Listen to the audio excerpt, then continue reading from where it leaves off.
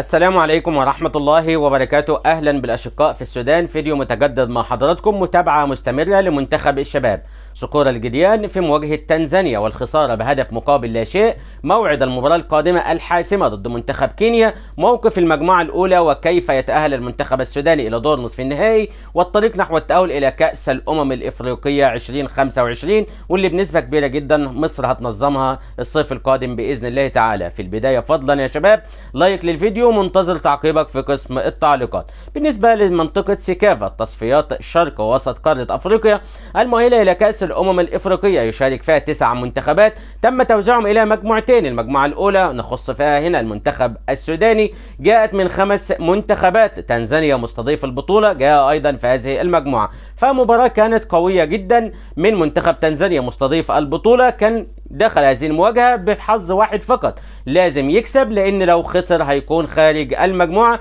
لأنه لعب 3 مواجهات متبقي له مباراة واحدة وكان عنده فقط 3 نقاط. المنتخب السوداني دخل هذه المواجهة متصدرا مجموعته برصيد 6 نقاط. طبعا المنتخب السوداني لازم نعذرهم، لأن دي الماتش الثالث لهم في ظرف 5 أيام. بدأ مباراته يوم 6، النهاردة 10 بيلعب ثالث مواجهاته. فظهر المنتخب النهاردة بأداء مغاير عما ظهر به في الماتشين السابقين. شفنا هبوط في اللياقة البدنية، شفنا في تسرع، في أخطاء فردية وأخطاء جماعية، تمرير خاطئ. المنتخب النهاردة يعني بلغة الكرة ما كانش قادر يقف على رجليه بسبب الضغط الرهيب في جدول المباريات. وهنا همسة عتاب لمنظمي البطولة أو لجدول الاتحاد الإفريقي، ليه يعني كل 48 ساعة بتلعب مباراة، ولماذا لم تعطي الأفضلية والأريحية 48 ساعة بين المباراة والأخرى، يعني كل 72 ساعة تلعب مباراة علشان الضغط البدني الكبير ده. على أي حال النهاردة خسرنا نتيجة مباراة، لكن حظوظ التأهل قائمة وبقوة. يعني ترتيب المجموعة الآن بعد تعادل سلبي بين رواندا وكينيا أيضا في الجولة الثالثة. فهنا نتحدث عن تنزانيا ب6 نقاط ومعاهم بلس 7 أهداف. المنتخب السوداني معاه 6 نقاط ومعاه بلس هدفين.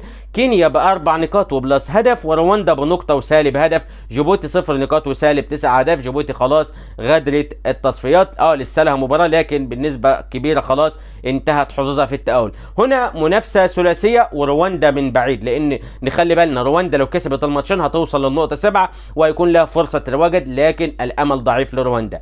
كينيا ب4 نقاط كثالث المجموعة. الماتش اللي جاي مع مين؟ مع المنتخب الجيبوتي. متوقع جيبوتي أقل منتخبات المجموعة. هنا متوقع الجولة القادمة ان كينيا تكسب وتوصل للنقطة 7 قبل النهاية بجولة. ليه بدأت بكينيا؟ اقول لك علشان اللي جاي، الماتش اللي جاي للمنتخب السوداني ضد كينيا. كينيا هتواجهك وهي محتمل 7 نقاط بعد فوزها على جيبوتي، لان شبه مضمون رغم ان الكرة ما فيهاش كده، لكن احنا بنتوقع اسوأ الظروف ان كينيا تكسب وتوصل للنقطة 7، وبالتالي هتلاعب السودان في الجولة الأخيرة وهي 7 نقاط. طيب المنتخب التنزاني عنده مواجهة مع رواندا مش سهلة، ممكن تنتهي بالتعادل، فتنزانيا تتوقف وتخلص مبارياتها عند 7 نقاط. تنزانيا ممكن تكسب تروح للنقطة 9. طب لو خسرت تنزانيا هيكون عامل إيجابي جدا جدا للمنتخب السوداني. إذن المنتخب السوداني هيواجه كينيا يوم 15، والأول مرة عندنا فرصة 4 أيام راحة، اللعيبة تسترد العافية واللياقة البدنية والإجهاد ويركزوا كويس لماتش كينيا، لأن كينيا هي أخطر منافس في المجموعة، وهو المنتخب الذي ظهر بقوة بدنية عالية حتى الآن. لكن احنا هنستفاد ان كينيا هتلعب 13 وتيجي تلاعب السودان يوم 15، لكن المنتخب السوداني عنده راحة 4 ايام. ان شاء الله اللعيبة تركز في المواجهة القادمة يوم 15 بإذن الله تعالى. وبالتالي تنزانيا لو على أسوأ الأحوال فازت هتوصل لنقطة 9. هنا المنتخب السوداني عنده 6 نقاط، وبالتالي لابد أن يدخل مواجهة كينيا بالفوز عشان يضمن التأهل وصدارة المجموعة. لازم اللاعيبة تحط في دماغها صدارة المجموعة عشان يلاعب تاني المجموعة الثانية، وبالتالي الفوز على كينيا. التعادل مع كينيا هيوقف المنتخب السوداني عند 7 نقاط، وبالتالي هنا ننتظر النتائج الأخرى. الهزيمة بكل تأكيد هتكون فرص المنتخب السوداني صعبة في التواجد. ده فيما يخص المنتخب السوداني للشباب. حبيت أوضح كل التفاصيل التي تخص مواجهة بطولة سيكافا بعد الجولة الثالثة، ومتبقي جولتين. المنتخب السوداني باي الجولة القادمة هيكون فيها جيبوتي بتواجه كينيا، وتنزانيا مع رواندا يوم 13، والجولة الأخيرة إن شاء الله تعالى السودان في مواجهة كينيا ورواندا في مواجهة جيبوتي يوم 15 بإذن الله. حظ موفق لصقور الجديان الشباب بإذن الله تعالى. دمتم في أمان الله وحفظ.